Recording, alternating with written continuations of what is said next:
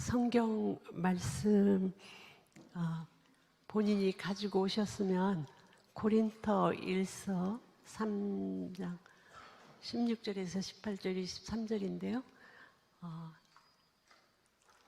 계속해서 읽으라고 그랬죠.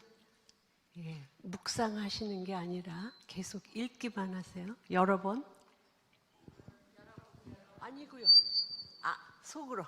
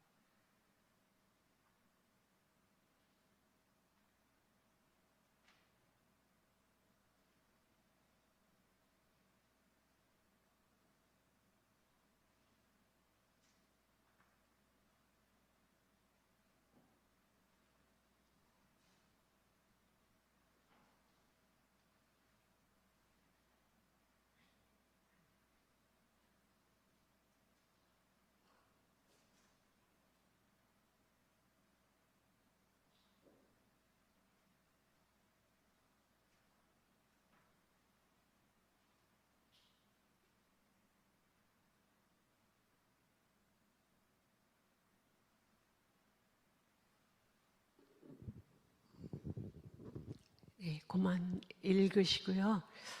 그 책 사신 거 86페이지 펴실래요? 선생님 여기 불 안 켜도 될까요? 다 읽으셔야 되는데 같이.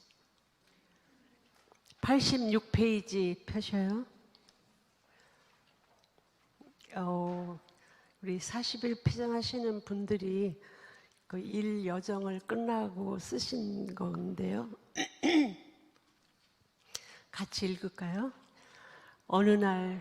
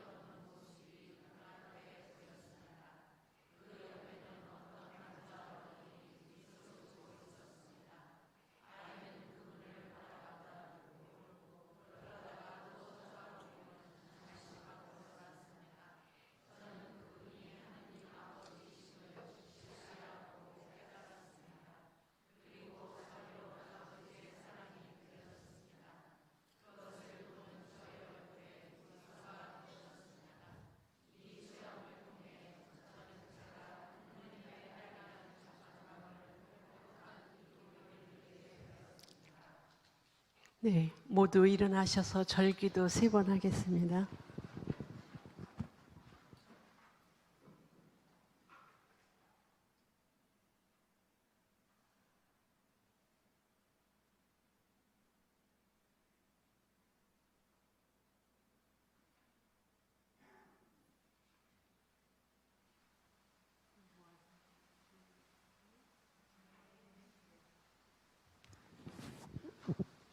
이 여정 기도했으니까 넘어갈까요? 네, 이거 넘기시고 예, 다시 넘겨주시겠어요? 네, 마르코복음 2장 1절에서 12절까지인데요. 함께 읽겠습니다.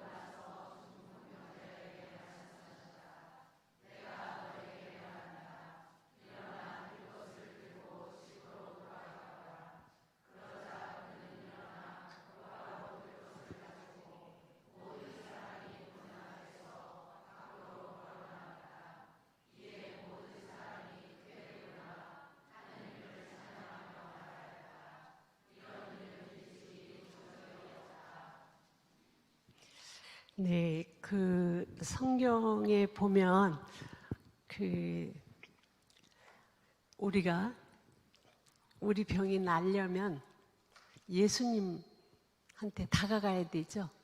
그런데 다가가려고 보니까 사람들이 너무 많아서 못 들어가니까 지붕을 뚫고 그 친구들이 그 중풍병자를 밑으로 내려보내는데요.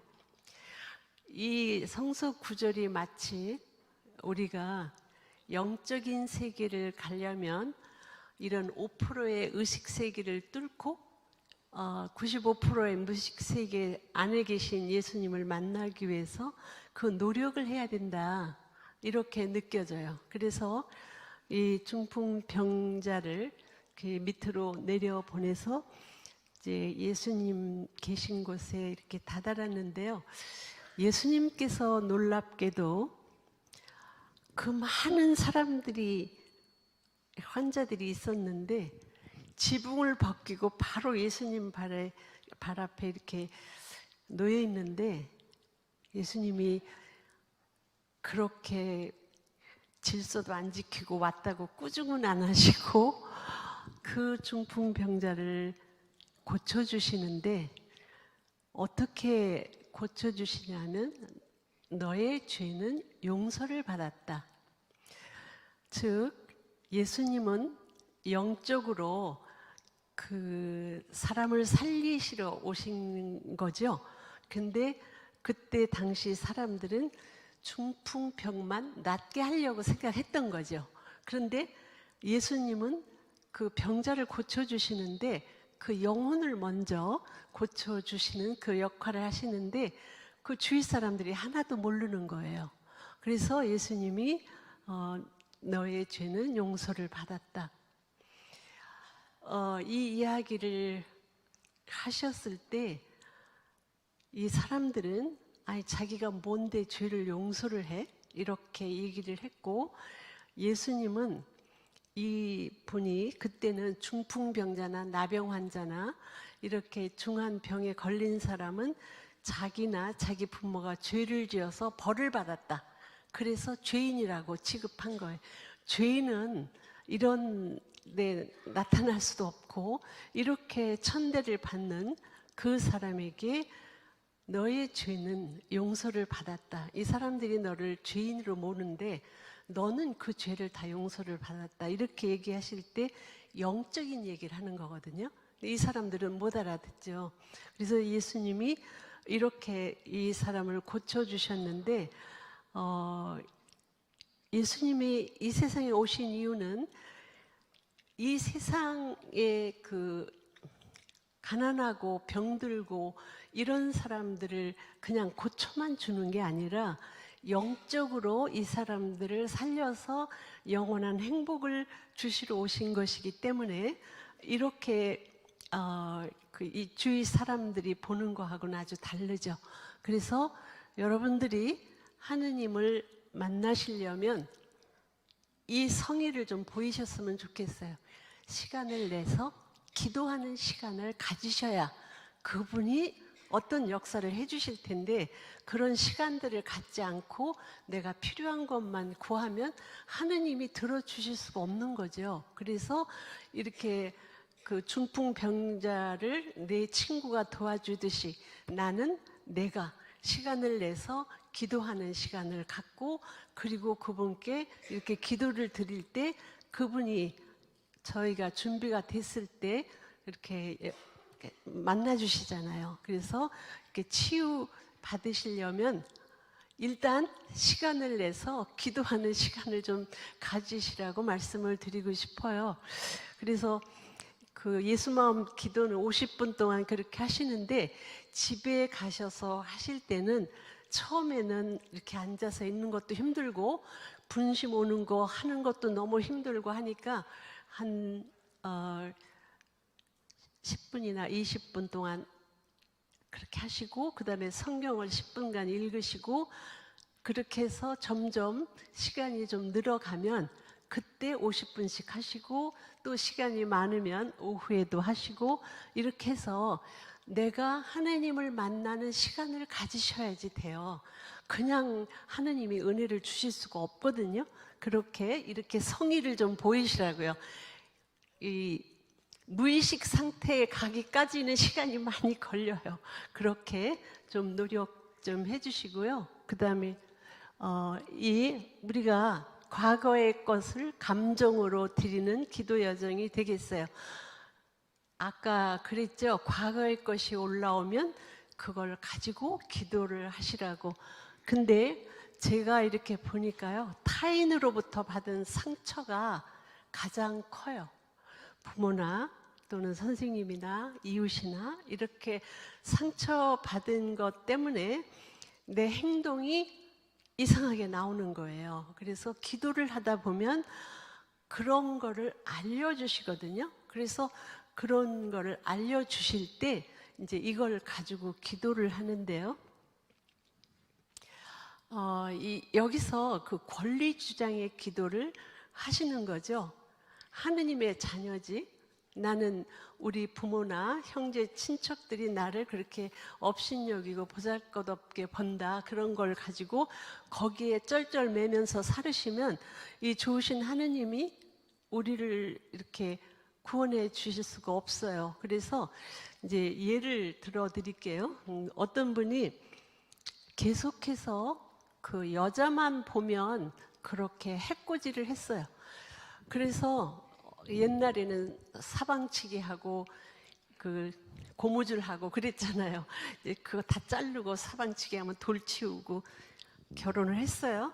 근데 그 부인 되는 사람도 여자니까 부인이 무슨 그 졸업생들을 위해서 뭘 한다고 동창회를 한다고 음식을 많이 마련했는데 이 남편이 상을 뒤집어 엎은 거예요.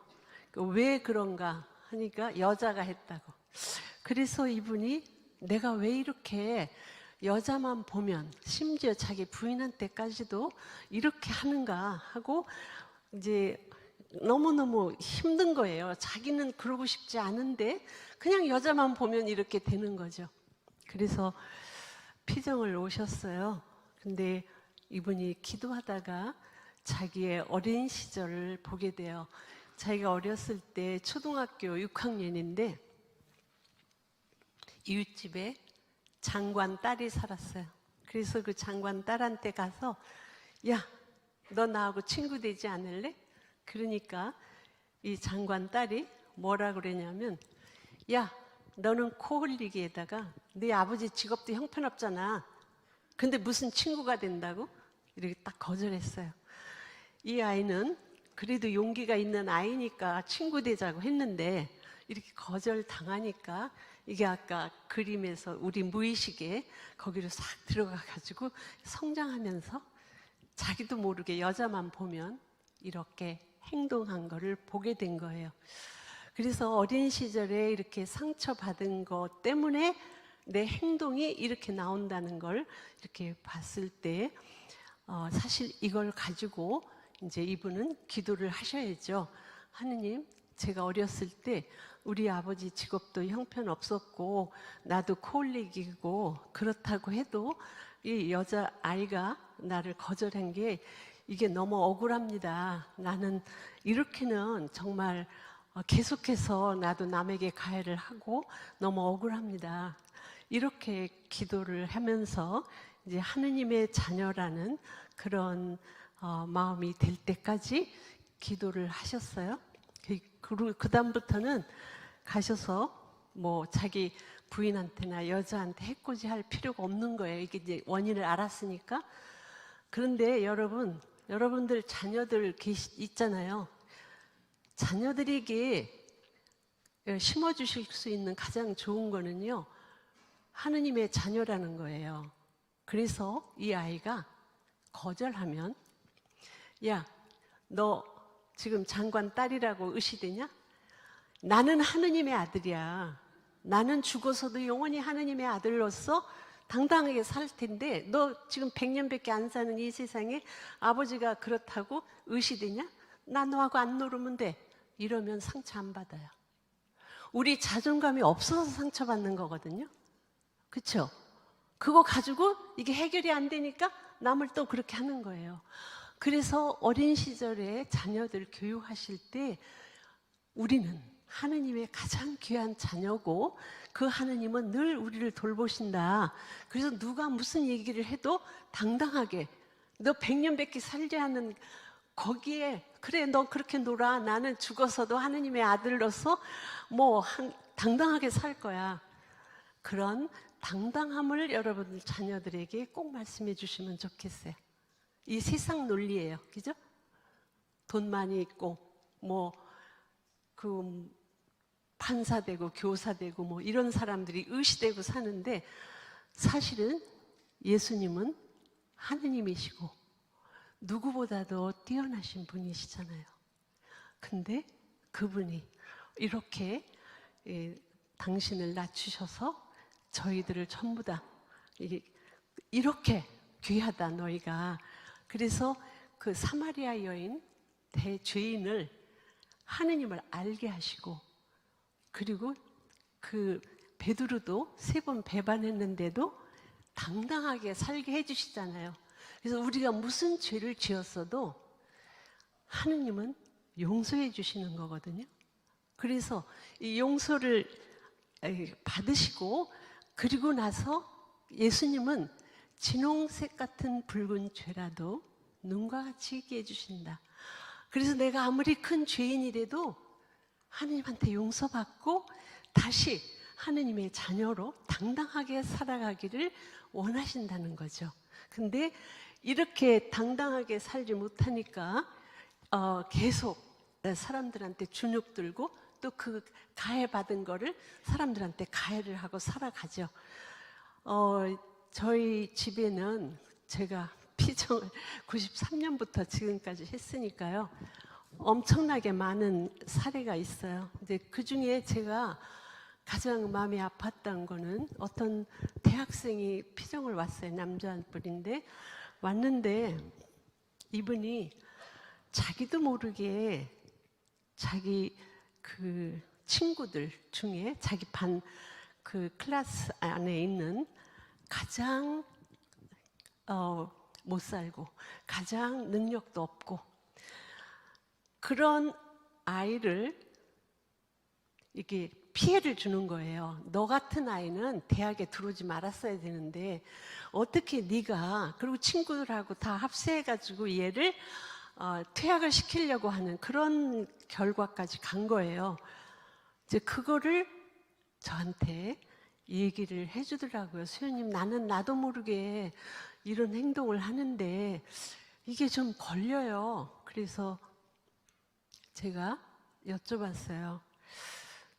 그 성장기에 어떻게 크셨나요? 그랬더니 아버지가 판사인지 교수인지 의사인지 하여튼 그건 까먹었는데 높은 직위에 계신 분이에요.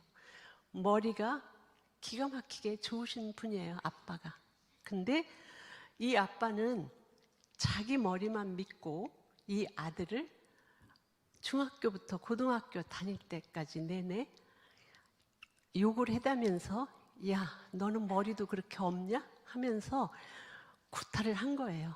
그러니까 이분이 아버지 앞에 죄인처럼 그러고 성장했다는 거예요.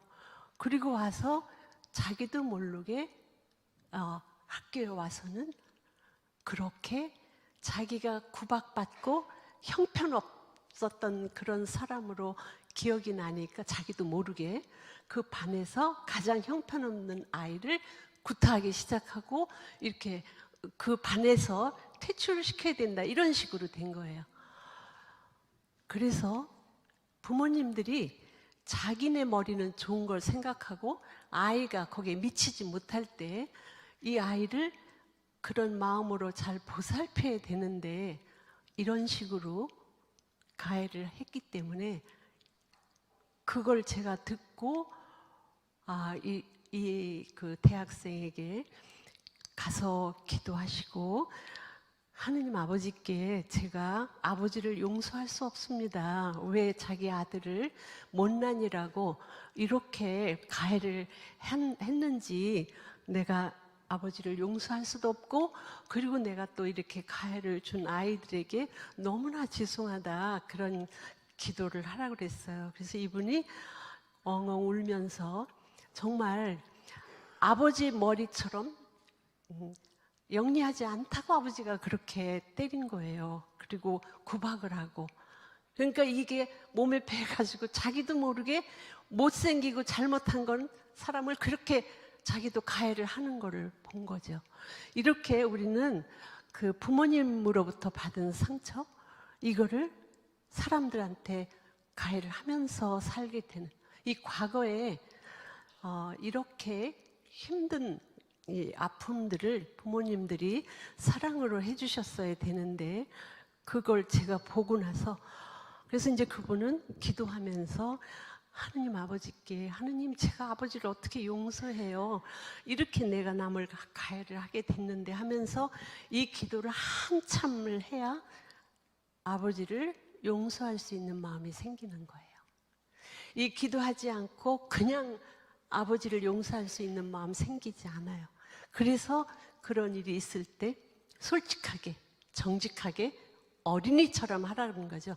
어떻게 어린아이가 자기 엄마, 아버지 죽이고 싶어요, 이런 말 하는 거는 그런 말 하면서 어우 내가 이거 폐륜하다, 내가 아버지를 이런 식으로 대하면 안 되지, 이거는 자기 감정에 솔직하지 않은 거예요. 자기 감정에 솔직하라는 거죠.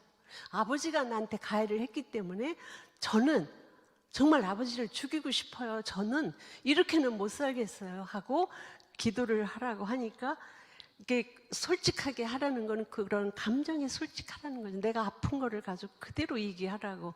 그리고 어린이처럼, 여러분들이 어린이들이 아플 때 엄마 아빠한테 와가지고 울고불고 하고 그러죠. 엄마 나 여기 다쳤으니까 병원에 데리고 가요, 이렇게 안 하죠.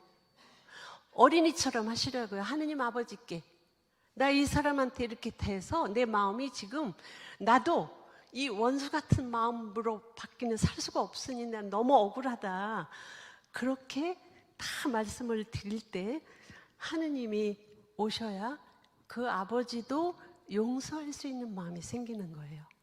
그래서 용서할 수 있는 마음이 생기면서 예수님께서 원수도 사랑하라고 그랬고 복수하지 말라고 그랬어요. 근데 원수 사랑하고 복수하지 않게 어떻게 할 수 있어요? 기도를 하셔야. 못하겠다는, 나는 용서 못하는, 내 힘으로는 안 된다, 내 힘으로 안 되니까 당신이 해달라, 이렇게 기도를 하셔야 이게 가능한 거예요. 그래서 예수님께서 그냥 말씀하신 게 아니라 이 당신을 만나야지만 용서가 되는 거니까 그렇게 하라고 말씀하셨고요. 또 다른 예를 들면요, 어느 수녀님이 굉장히 연세가 많으세요. 70이 넘으신 분인데, 그분이 일생 살면서 사람들한테 계속해서 가해를 하는데, 아주 우리 수녀님들은 그분이 가해하는 거를 정말 왜 같은 수녀인데 이럴 수 있을까? 일생을 그렇게 이것도 해보고 저것도 해보고 별걸 다 해보셨는데도 이 마음 안에 가지고 있는 그 폭력적인 그 마음을 이해할 수가 없었어요. 저희 집에 8일 피정을 오셨는데, 기도하다가 보니까 어머니가 해주신 말씀이 기억이 나는 거예요. 그 어머니가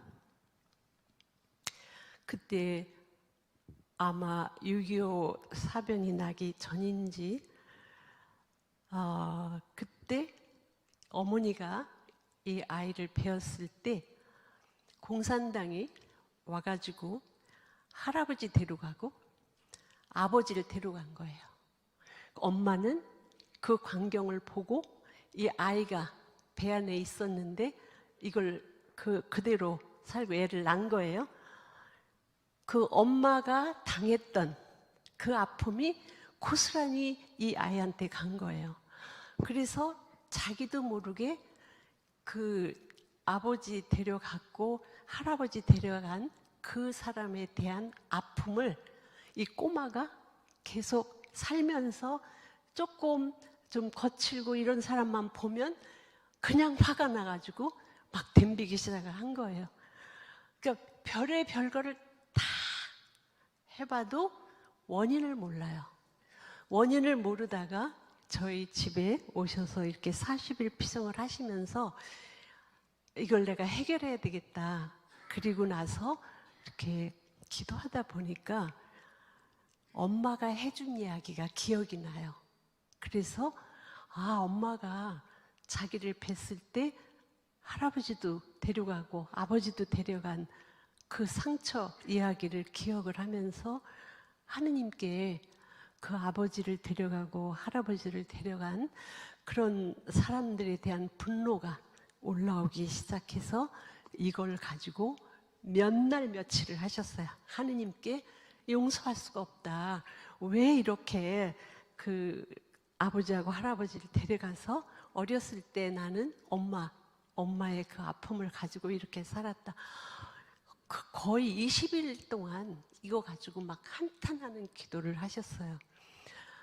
근데 놀랍게도 그렇게 기도를 하고 나서 이제 처음으로 이 마음이 편안해지면서 용서할 수 있는 마음이 생긴 거죠. 그래서 거의 보면 부모로부터 또는 타인으로부터 이렇게 상처받은 게 여기 안에 있을 때 이웃 사랑하라고 그랬죠? 이웃 사랑이 안 되죠. 내가 먼저 용서를 받아야 되고 내가 먼저 하느님 안에 이걸 다 해결해야지만 되는데 예수님께서 그래서 구하고 찾고 두드려라 성령이 올 때까지 말씀드리는 게 성령이 오셔야 여러분 마음이 하느님 마음처럼 변해요. 누구든지 다 예수님께서 무거운 짐진 자 다 나한테 와라. 내가 편히 쉬게 하겠다. 내 마음은 온유하고 겸손하다 그랬어요. 그래서 온갖 아픔을 가진 분들이 그렇게 오셔서 이 기도를 거의 40일을 하니까 그렇게 하면서 안 되신 분들이 있어요. 또 40일 동안 제가 어떤 분은 남자분이신데 이 40일 할 때요 이렇게 감정적으로 아픈 거 치유를 또 받고 그 다음에 지성으로 또 그 기도를 하고 봉헌기도 하고 하는데 여기서 너무너무나 크게 아픔을 당하신 분은 이게 해결이 안 되면 40일 여정에 하느님 만나는 체험까지 안 되더라고요. 그래서 이 아픔을 가지고 계속 그 기도를 하셔야 되는데 감정적으로 기도를 하셔야 된다는 거죠. 어떤 분은 엄마가 그렇게 자녀들을 때렸대요. 근데 자녀를 이분은 남자분이신데 너무나 많이 때려서 주눅이 다 들으셨어요. 그래서 이렇게 기도를 다른 사람은 다 이렇게 가는데 이 감정으로 기도 드리는 것도 못 하셔요. 그래서 40일이 끝났는데 다른 사람들은 하느님 만나서 막 기쁜데 그때서야 성경책 읽고 계셔서 제가 한 번 더 오시면 좋겠다. 제가 안내를 잘못했는가 봐요. 그래서 이제 그분이 한 번 더 오셨어요. 오셔서 이번에는 이분이 하느님한테 소리 지르면서 엄마도 내 편 아니고 아빠도 내 편 아니고 하느님도 내 편 아닌데 내가 어떻게 사냐 그렇게 하면서 난리를 쳐서 거의 30일이 될 때까지 목이 터져라고 하느님한테 막 소리 지르고 그랬어요. 그러니까 엄마가 모르겠어요. 엄마도 상처가 많으니까 그렇겠죠. 그 아이가 잘못했다고 그렇게 때리니까 아버지가 지나가면서 아버지라도 편을 들어줬으면 좋은데 아버지도 그냥 지나가니까 엄마도 내 편 아니고 아빠도 내 편 아니고 그러니까 내 편은 하나도 없고 나는 그럼 어떻게 사는가. 그래서 그 두 번째 오셔가지고 그 독방이 있거든요. 기도하는 독방에 가가지고 막 샌드백도 때리면서 하느님 어떻게 나한테 이러실 수가 있느냐고 하면서 마지막에 예수님을 만나요. 하느님은 내 편이시구나. 그리고 나서 이게 해결이 되는데 우리는 그 온갖 고통 당하잖아요. 여러분들 안에 혹시라도 이런 분노가 올라오시고 또 다른 사람을 가해하려는 마음이 생길 때 기도를 좀 조용하게 해보세요. 왜 그런지 원인을 알고 그 원인에 대한 걸 가지고 이렇게 기도를 하셨으면 좋겠어요. 기도를 솔직하게, 정직하게 어린이처럼 하라고 말씀을 드렸어요. 언제까지 하냐? 내 마음이 하느님의 마음이 될 때 마음이 편해져요. 용서할 수 있어요. 그리고 사랑할 수 있어요. 이 마음을 하느님이 분명히 주시기 때문에 계속 그 중풍병자를 낫게 하시듯이 우리는 예수님 앞에 가는 그 여정만 가시면 돼요. 그래서 이렇게 아프신 분들이 너무나 많은 거예요. 부모님한테 받은 상처도 엄청나게 커요. 그래서 저는 여러분들이 지금 그 아이들을 잘못해서 굉장히 마음이 아프신 분들이 많을 거예요. 그 자녀하고 그 관계를 어떻게 하셔야 되냐면 본인이 기도하다 자녀에게 잘못한 게 기억이 나시면 하나님한테 기도드리고 자녀를 만나서 용서를 청하셔야 돼요. 그래서 자녀하고 나와의 관계는 이렇게 하나님을 사랑하는 그런 마음으로 돼야 되는데 제가 얘기를 들어보면 너무나 많은 그 자매들이 부모하고의 관계가 안 좋아서 원수같이 되는 분들이 많아요. 그래서 어린 시절에 그렇게 아픔을 겪은 거는 이제 기도하면서 되는데 그렇지 않았을 경우에도 굉장히 힘들게 살아가시더라고요. 그래서 어느 수녀님 한 분은 어렸을 때 엄마가 낙태하려고 했어요. 그래서 약을 6개월 동안 먹었어요. 6남매니까 막내니까 낙태를 하려고. 그런데 6개월이 됐을 때 의사 선생님이 그렇게 계속하면 당신까지 죽음을 맞이한다. 그러니까 약을 끊으라고 그래서 약을 끊었어요. 그런데 이 아이를 낳게 돼요. 그래서 엄마는 굉장한 걱정을 했죠. 이 아이가 혹시 또 잘못돼서 장애가 되면 어떻게 할까 그 걱정을 했는데 아기를 낳고 보니까 아주 예쁜 딸이었어요. 그런데 이 아이가 이제 엄마는 자기 죄책감에 어렸을 때부터 보약을 자꾸 해서 먹인 거예요. 근데 이 아이는 태아 때 이 아픔이 있기 때문에 태어나가지고 계속 시무룩하고 용기도 없고 그냥 힘들고 외롭고 어린 시절부터 이러고 성장을 해요.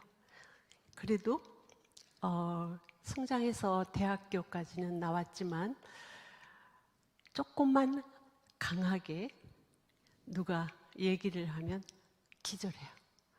이렇게 그 자존감이 없이 이렇게 하다가 이제 수녀원에 오게 됐어요. 그래서 수녀원에 들어와서도 이렇게 힘든 여정을 가면서 누가 조금만 힘들게 하면 그냥 힘든 거예요. 이 자존감이 있어야 되는데 이런 게 없다 보니까 그래서 이분이 40일 피정을 해요. 할 때 이분이 꿈을 꾸게 되는데 꿈에 자기가 엄마 뱃속에서 2개월 된 그 태아를 보게 돼요. 그래서 엄마한테 얘기를 들어서 다 알죠. 약을 먹을 때 태아가 약을 피하려고 했던 그 느낌. 그래서 그 아이에게 내가 너를 얼마나 보고 싶었는데 그렇게 하고 이 아이의 마음을 헤아려 줘요. 그리고 나서 이렇게 기도를 하는데 하느님한테 막 따진 거예요. 하느님, 차라리 죽여버리시지 왜 살리셨어요? 왜 살리셔가지고 저를 이렇게 고통에 몰아넣으시는 거예요? 어떻게 이러실 수가 있어요? 하고 이 탄원하는 기도를 언제까지 했냐? 이 마음이 하느님 마음이 변할 때까지 그렇게 계속해서 하느님한테 탄원 기도를 하면서 이제 다시 꿈을 꿨을 때는 자기가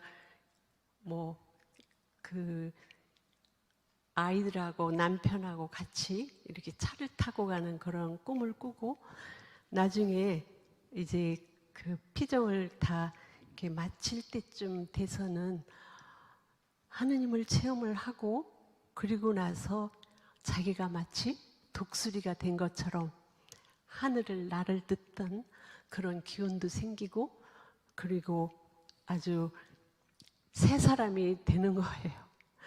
그래서 그분이 이 예수마음 기도를 직접 자기 얘기를 해가면서 하셔요. 이렇게 온갖 아픔을 가지고 예수님한테 가세요.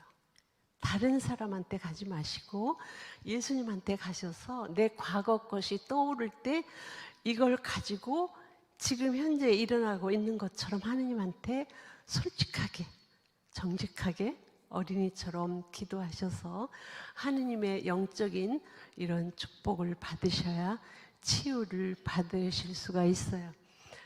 온갖 아픔들이 다 있어요. 근데 하느님이 이렇게 우리를 치유해 주시러 오셨기 때문에 내가 치유를 받아야 이제 이렇게 잘 되는 거죠. 그리고 말고도 엄청나게 많은 분들이 여러 가지로 아픔을 겪으시죠. 그리고 또 어떤 분은 본인이 이렇게 생활하는데 계속 욕을 해야 되는 거예요. 그러니까 나는 왜 이렇게 욕을 하는지 모르겠다. 그래서 욕을 안 하려고 아무리 애를 써도 그냥 자기 비위에 거슬리면 그냥 욕을 해야 되는 거예요. 그래서 저한테 와서 수녀님 저는 왜 이렇게 욕을 하는지 모르겠어요. 그래서 그러면 하느님 앞에서 실컷 욕해보세요. 제가 그랬어요. 그런데 욕을 하다가 초등학교 3학년 때 일이 떠올랐어요. 초등학교 3학년 때 자기 집 앞에 있는데 택시 기사가 지나가다가 그 아이 보고 여기 초등학교가 여기 근처에 있대는데 어디니? 그러니까 아이가 이렇게 가시면 돼요. 그러니까 택시기사가 내가 초행이라 모르니까 네가 여기 타고 거기 좀 같이 가줄래? 그래. 그러면 아저씨 저 여기다 데려다 주셔야 돼요? 그랬는데 타고 그 초등학교는 일로 가는데 택시기사가 직진해가지고 다른 데로 가는 거예요. 이 아이가 똑똑하니까 아저씨 일로 가야 되는데 왜 일로 가요? 하고 문을 열고 소리를 지른 거예요. 그 아저씨가 안 되겠나 보죠? 산에 가서 아이를 겁탈하려고 했던 것 같아요. 그런데 이 아이가 막 소리 지르니까 할 수 없이 데리고 와가지고 택시 문을 열고 발로 뻥 차서 내버린 거예요. 이분이 그때부터 이제 자기도 모르게 욕을 해대는데 사실은 그 택시 기사한테 하는 욕인데 아무나 보고 욕을 하는 거예요. 그 기억을 한 거예요. 그래서 여러분들이 이렇게 조용하게 앉아서 예수님 사랑합니다, 예수님 사랑합니다 하다가 미리 오면 보내고 현재도 보내고 과거 거 가지고는 기도하라 이런 과거가 떠오르면 알아차리면 제가 이걸 알아차리고 기도를 하면 더 이상 남한테 그렇게 욕하지 않고 때리지 않고 이렇게 되는 거죠. 보니까 과거에 다 문제가 있는 거예요. 과거에. 그래서 이 과거 것을 가지고 제가 감정으로 기도드려라. 그게 감정으로 기도드릴 수밖에 없죠. 이게 지성으로 하는 게 아니라 다음 시간에는 제가 지성으로 기도드리는 걸 가르쳐 드릴 텐데, 감정으로 이렇게 기도를 드리셔야 하느님을 만나시고 내 무거운 짐을 다 내려놓게 되는 거예요. 무겁지 않아요? 예수님께서 무거운 짐 진짜 다 나한테 오라고 그랬어요. 내가 편히 쉬게 하겠다. 내 마음은 온유하고 겸손하다. 예수님이 보통 말하신 게 아니라 이렇게 힘들게 살아가시니까 나한테 오기만 해라. 와서 이실직고 하면 하느님이 다 들어주시는 건데, 이거 우리는 열심히 좋은 일 하고 이웃 사랑하고 이런 걸로 가시게 되면 마음으로 하느님을 못 만나고 행동으로 좋은 일만 하려고 해요. 예를 들어 볼게요. 저희 어머니가 광주리 장사를 하시는데 그때는 비닐봉지가 없었어요. 친척 한 분이 그 신문지를 오려서 봉투를 만들어서 어머니에게 갖다 주셨어요. 저는 그때 우리 친척 그분에게 이건 정말 돈으로 해결할 수 없는 마음의 사랑을 준 거잖아요. 근데 우리는 좋은 일을 한다고 많은 사람에게 돈으로 뿌려요. 돈으로 뿌려서 상처받는 경우 굉장히 많아요. 제가 40일 피장하다 보니까 별 얘기를 다 듣게 되는데 거의 35년이나 40년 전 얘기예요. 588에서 588 알아요? 창녀들이 사는 곳이에요. 그리고 거기서 대학을 졸업하신 우리 평신도 분이, 여자분이 거기서 포장마차를 하면서 그 돈으로 그 아이들 돌보고 그분들 돌보고 그러고 살고 계셨어요.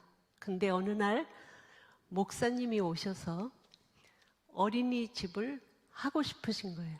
그래서 어린이집을 근사하게 했어요. 거기 가면 빵도 주고 학용품도 주고 이 아이들이, 이 자매가 돌보던 아이들이 다 글로 가버린 거예요. 또 이 사람이 이거를 매스컴에 띄웠네. 그러니까 이 아이들이 학교를 가니까 학교 애들이 니네 엄마 팸프야, 니네 엄마 이렇다. 아이들이 개망신 당하잖아요. 이거 돈으로 자선 베푸는 거잖아요. 그런데 예수님은 좋은 일을 할 때 왼손이 하는 거 오른손 모르게 하라고 그랬죠. 근데 이거는 오른손도 알고 왼손도 알고 자기 드러내기 위한 걸 하다 보니까 실제로 이렇게 살았던 분이 저한테 와서 이 얘기를 하시더라고요. 우리가 하느님으로 해서 이렇게 좋은 일을 한다고 하면서 나를 드러내려고 하는 그런 일들 많이 하죠. 그런데 정말 예수님 말씀대로 살아야 되는데 우리는 우리도 모르게 자꾸만 우리만 드러내려고 하는 거죠. 이거는 이 사람 저 사람 다 이렇게 상처를 주는 거가 되는 거죠. 그래서 이렇게 별의별 타인으로부터 받는 상처가 엄청나게 많아요. 그래서 이럴 때 이걸 가지고 하느님한테 기도하는 수밖에 없죠. 거기에 걸려든 이분도 그렇게 일생 하느님만을 위해서 사는데 온갖 아픔이 많이 따르시더라고요. 그래서 이렇게 온갖 사람들이 우리를 이렇게 힘들게 이렇게 하시는데 이럴 때 이거를 잘 이렇게 기도를 하면서 영적으로 가시는 그 여정 가셔야 되겠다. 그 다음에 자기 자신의 죄가 기억이 날 때가 있어요. 우리 다 죄 짓고 살죠? 그렇죠? 거짓말도 하고 도둑질도 하고 간음도 하고 뭐 별의별 걸 다 하고 살아요, 우리. 그런데 이렇게 죄가 내가 옛날에 지은 죄도 그렇고 지금도 그렇고 다른 사람도 마음 아프게 하고 나도 마음 아프게 하고 그러는데 여러분들은 구약성서 다 배우셨어요? 구약성서 안 배우신 분 손 들어보세요. 성서를 꼭 읽으셔야 돼요. 그죠? 네. 그 성서에 구약 성경에 나오는 얘기죠. 다윗 성왕이라는 분이 구약에 나오는 최고의 성왕이에요. 그래서 이분은 아주 훌륭한 왕인데 이분이 그 장군의 부인 밧세바를 취하죠. 그래서 아기를 갖게 돼요. 그러니까 이 장군이 내가 지금 당신 애를 가졌다 하니까 어떻게 해요? 그 장군을 불러다가 합방을 시키려고 했는데 나 아들이 안 했잖아요. 그러니까 다윗 성왕이 뭐라 그러죠? 남편을 우리아를 저기 적군 있는데 보내가지고 적군으로 하여금 죽이게 해요. 그랬을 때 다윗 상황은 이제 쥐도 새도 모르게 자기는 간음도 했고 살인도 했어요. 근데 왕이니까 쥐도 새도 모르게 다 정리가 됐다고 생각을 했는데 나단이라는 예언자가 와서 이 사실을 비유를 들면서 얘기를 할 때 다윗 성왕이 어떻게 행동을 했느냐 하면 즉시 하느님 앞에 무릎을 꿇어요. 무릎을 꿇으면서 하느님께 자기 죄를 인정하고 용서를 청하고 그리고 믿음의 기도를 하는데 수연님 돌려보실래요? 이 하느님의 자녀로서의 권리주장 기도 제가 하라고 말씀드렸죠. 억울함을 호소하는 기도, 하느님께 고발하는 기도, 도저히 받아들일 수 없는 절규의 기도, 원망하고 탄원하는 기도를 여러분들이 하셔야 되겠어요. 그 다음에 넘겨보세요. 자신의 죄를 인정하는 기도. 이 다윗 상황이 죄를 지었고 이걸 인정하는 기도를 하신 거예요. 한번 읽어보실까요?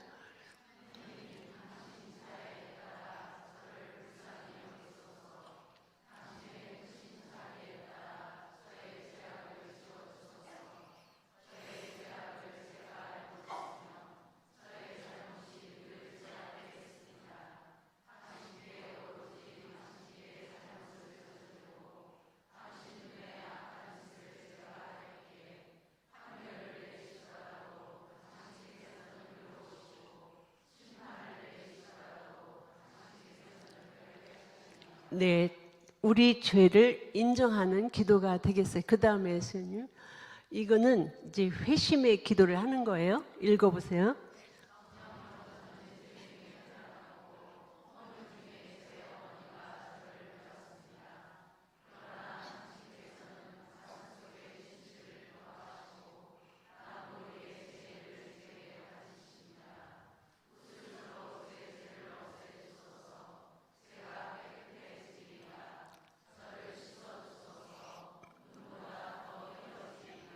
한 번 더. 예, 이게 이제 믿음의 기도가 뭐냐 하면 우리가 죄를 짓고 나서 이 죄가 항상 우리한테 아른거려요. 베드로처럼 예수님 3번 배반했지? 내가 어떻게 예수님을 사랑해? 이런 그런 기도가 계속 되는데, 아니 그런 상황이 되는데 이때 이 믿음의 기도라는 건 하느님은 진홍색 같은 붉은 죄라도 눈과 같이 희게 해주신다. 이게 믿음의 기도예요. 그래서 읽어보세요.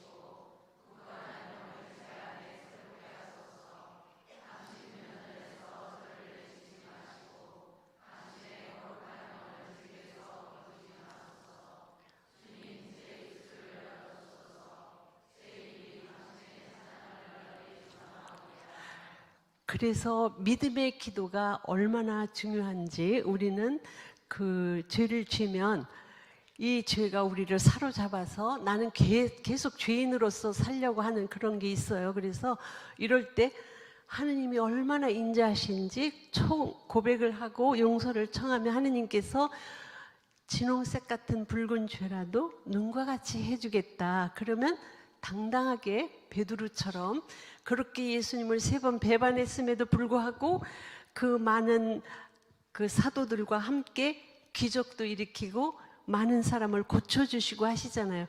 그런 새로운 영을 하느님이 우리한테 주시는데 내가 죄진 거에 대해서 아무한테도 얘기 안 하고 나는 속으로 나는 큰 죄인이야 이러고 살면 하느님을 못 만나시는 거예요. 아무리 큰 죄를 지었다 하더라도 하느님께 가서 용서 청하고 고해성사 보시고 그리고 그 아픔이 떠오르시거든 보내시면 돼요. 이걸 믿으셔야 돼요. 그래서 하느님은 우리를 새 사람으로 만들어 주신다. 여러분들이 이 무거운 죄 그걸 가지고 가시지 마세요. 남한테 잘 보이기 위해서 신앙생활 하는 게 아니라 우리 아픔을 하느님한테 다 말씀드려서 아주 당당하게 나는 하느님이 사랑하는 귀한 자녀다. 그래서 아무리 큰 죄라도 하느님이 용서해 주셨으니까 당당하게 살아갈 수가 있으셔야 되거든요. 그렇게 기도를 하셔야 돼요. 어느 날 그 감옥소에서 나오신 분이 피정을 하러 오셨어요. 그분이 왜 감옥소에 가게 됐냐. 그 두 부부가 싸움을 하다가 그 부인하고 싸우다가 이게 화가 났나 봐 남편이. 그러니까 아이고 나하고 애들하고 자살이나 해야 되겠다. 그러고서는 두 아이를 데리고 그때는 연탄불을 펴놓고 같이 잤는데 두 아이만 죽었어요. 그리고 이 사람은 이제 벌을 받고 형무소에 갔다가 나오신 거예요. 그래서 저희 집에 오셨을 때 저는 다윗 상황이 살인하고 그렇게 그 죄를 지었음에도 그 간음하고 살인까지 했는데 다 용서받고 다시 밧세바하고 아기를 낳은 게 솔로몬이잖아요. 굉장하시잖아요. 하느님이 다 용서해 주신다고요. 용서를 청하면. 그런데 이분은 자기 아이들 둘 죽인 거가 계속 와서 여기 와서 다니까 제가 시편 51편이거든요. 시편 51편을 읽고 하느님한테 하느님께 용서 청하는 기도를 하자. 근데 그걸 못 하시더라고요. 이게 아픔이 너무 크니까. 근데 이게 믿음이 없어서 그런 거거든요. 예수님께서 분명히 아무리 큰 죄라도 눈과 같이 희게 해주시겠다. 그래서 이 믿음 생활 하시는 분들이 진짜로 이런 믿음을 가지셔야지 내가 아무리 큰 죄를 지었어도 하느님께서 와서 용서 청하면 다 용서해 주시고 새 사람 만들어 주시는데 이 믿음이 없다 보니까 이렇게 되는 거예요. 그러니까 여러분들이 신앙생활 하면서 거칠애로 살으시는 거예요. 성당에 오시고 뭐 고백성사도 보고 영성체도 하고 하는데 속에 나의 아픈 마음은 다 그냥 이렇게 놓고 그리고 그냥 외적으로 잘 사는 것처럼 보이는 건 이거는 사실 믿음 생활하는 거 아니에요. 나의 솔직한 아픔을 다 말씀드려서 하느님이 언제든지 이렇게 용서해 주실 수 있다는 이 마음을 가지고 살으셔야지. 우리도 이렇게 저렇게 죄 짓지 않을 수 없는 거죠. 그래서 그런 죄를 지으실 때 그렇게 하느님한테 좀 다가가셨으면 좋겠어요. 그래서 어떤 죄라도 두려워하지 마시고 어느 날 그 형제님이 오셨어요. 형제님이 오셔서 자기 딸이 고3인데 성추행을 당해요. 그래서 이거를 이제 법에 호소하고 이렇게 해가지고 이제 다 정리하고 그다음에 이제 이분은 천주교 신자니까 8일 피정을 오셨어요. 근데 이렇게 기도를 하다 보니까 옛날 일이 떠오른 거예요. 옛날에 자기가 젊었을 때 성폭행한 게 기억이 나요. 그러니까 이분이 이걸 가지고 하느님께 다윗 상황가처럼 하느님, 제가 죄를 지었습니다. 제가 지금은 그 사람 떠오르지도 않고 그렇지만 내가 이렇게 죄를 지었고, 그리고 저는 이럴 때 그분을 떠올려서 그분에게도 용서를 좀 청해라. 그리고 하느님 용서해 주십시오 하고 기도를 청하라고 그랬어요. 그래서 믿으셔야 돼. 진홍색 같은 붉은 죄도 눈과 같이 희게 해주신다. 이렇게 하는 기도 체험이 직접 되셔야 되는 거예요. 아무리 큰 죄라도. 그래서 아까 그 두 아이를 그렇게 했던 사람도 하느님의 이 신앙 체험을 했더라면 하느님한테 용서 청하고 울고불고 하고 자기 죄를 용서해 달라고 그렇게 청할 때 하느님은 7번씩 70번 용서해 주신다고 했어요. 무한정으로 용서하신다는 거거든요. 그 죄가 아무리 진홍색 같은 붉은 죄라도 눈과 같이 해주신다. 우리는 이렇게 제자들을 보면요, 제자들이 다 죄인이에요. 보면 예수님 돌아가실 때 다 도망갔어요. 그렇죠? 다 배반했죠? 특히 베드로는 모른다고까지 했잖아요. 그렇게 큰 죄를 진 베드로도 예수님이 나타나셔서 너 나 사랑하니?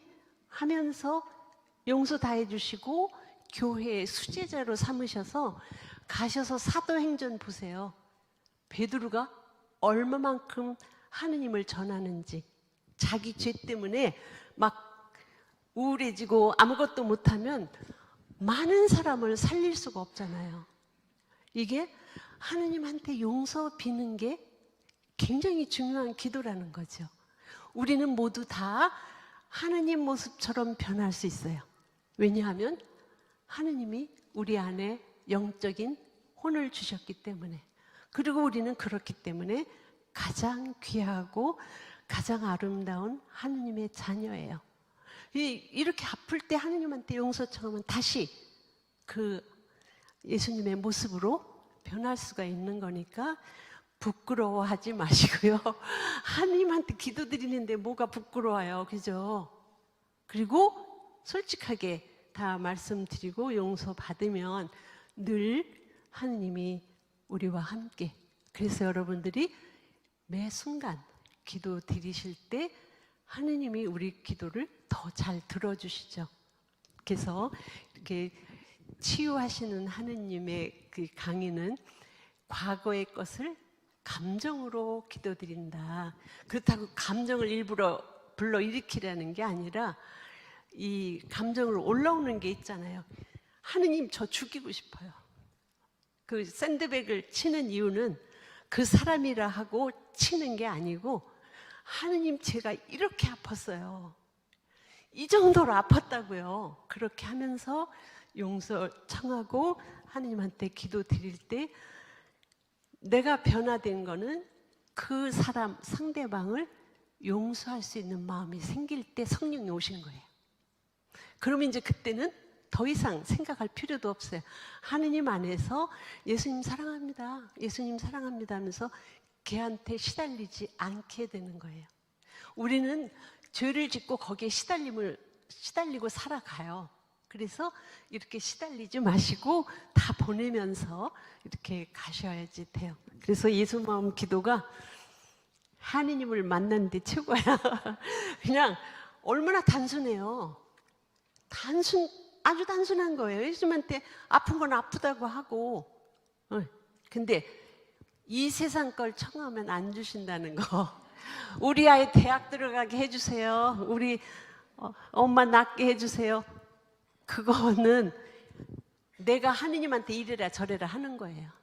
그죠? 우리는 어디까지나 하느님의 자녀예요. 그래서 하느님 아버지께 나의 아픔만 얘기하면 돼요. 그분이 알아서 해주시는 거지 아, 내가 우리 잘 살게 해주세요. 이거 하느님을 부려먹는 거예요. 그래서 저는 마르타와 마리아, 그 성경 구절 있죠. 많은 분들이 마리아의 기도가 좋다, 이제 전부 다 그렇게 얘기를 해요. 근데 저는 말타의 기도가 더 좋아요. 왜냐하면 예수님을 부려먹은 건 말타밖에 없어. 마르타한테 마리아 좀 하여금 도와달라고 청하잖아요.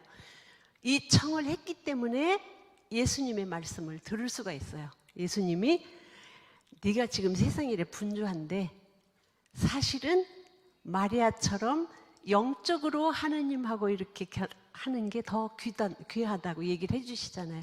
말타가 이렇게 고발하지 않았으면 이거 못 듣잖아요. 여러분들이 하느님한테 이렇게 청하시라고요. 마리아 좀 나 좀 도와달라고 했어요. 이렇게 이 성경 구절이 다 가르침인 거예요. 네, 그래서 여러분들이 예수님한테 말타처럼 기도하세요. 하느님 참 안 입고 와서 못 살겠어요. 이렇게 그렇게 하시면 하느님이 무엇이 중요한지를 알려주신다는 거죠. 중요한 거는 하느님께 기도드리는 거다. 나를 대접하려고 그렇게 애쓰지 마라. 더 중요한 건 네 영혼을 구하는 거다, 이거거든요. 예, 그래서 치유하시는 하느님 이렇게 기도하시면 돼요. 다시 한번 우리는 하느님의 가장 귀한 자녀예요. 둘도 없는 아주 귀한 자녀들이에요. 내가 죄 때문에 이게 힘들면 하느님께 기도해서 다시 원상복구 하셔야 되고, 억울함을 당했을 때도 이거를 다 말씀드려서 다시 나는 하느님의 가장 귀한 딸, 가장 귀한 아들이다, 이렇게 이게 인식이 되셔야 돼요. 그래야 하느님이 늘 우리와 함께하고 우리도 또 이렇게 좋은 일을 하게 되고, 그렇죠. 예수님이 이웃을 내 몸같이 사랑하라는데, 아니 내가 예수님 마음이 안 됐는데 어떻게 이웃을 사랑해요? 사랑 못해요. 예, 그래서 이렇게 하고요. 이번에는 기도 끝나고 바로 기도할 거예요. 예, 영광이 성부와 성자와 성령께, 성부와 성자와 성령의 이름으로 아멘. 네, 아까 기도하는 법 다 알려드렸잖아요. 자, 일어나세요. 성부와 성자와 성령의 이름으로 아멘.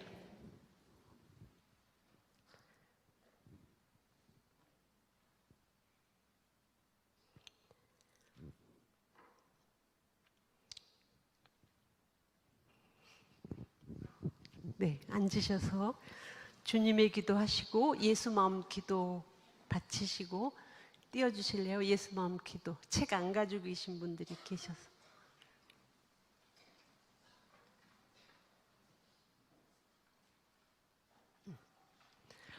네, 주님의 기도 한번 하시고 예수 마음 기도 바치시고 본인이 선택한 기도 바치시고 10분 후에 성경.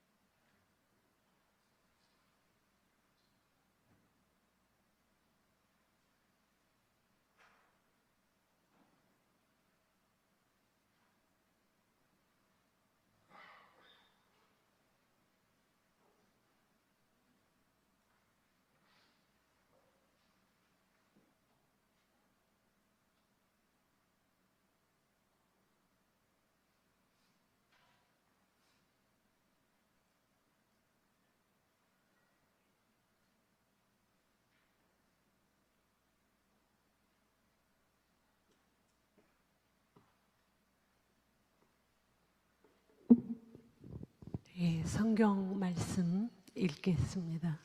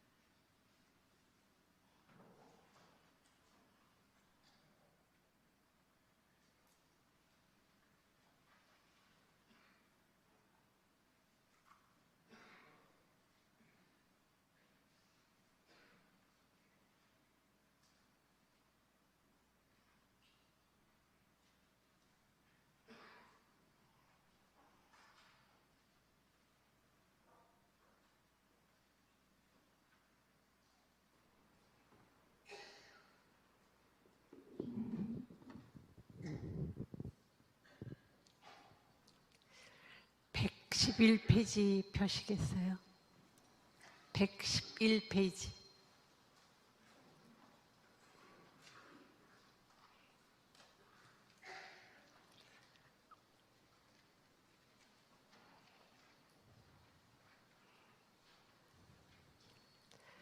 같이 읽겠습니다.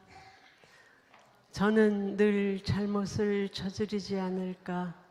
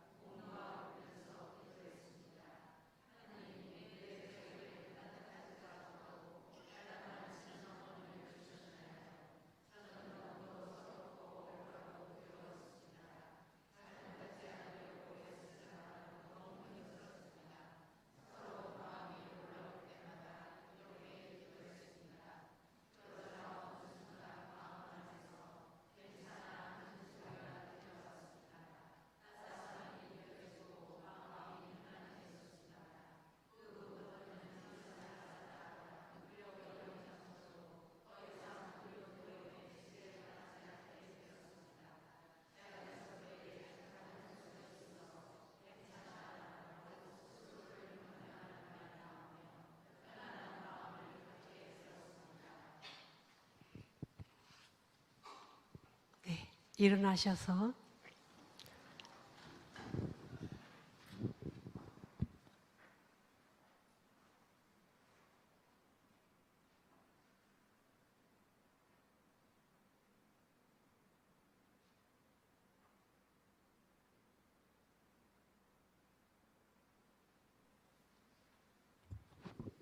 성부와 성자와 성령의 이름으로 아멘.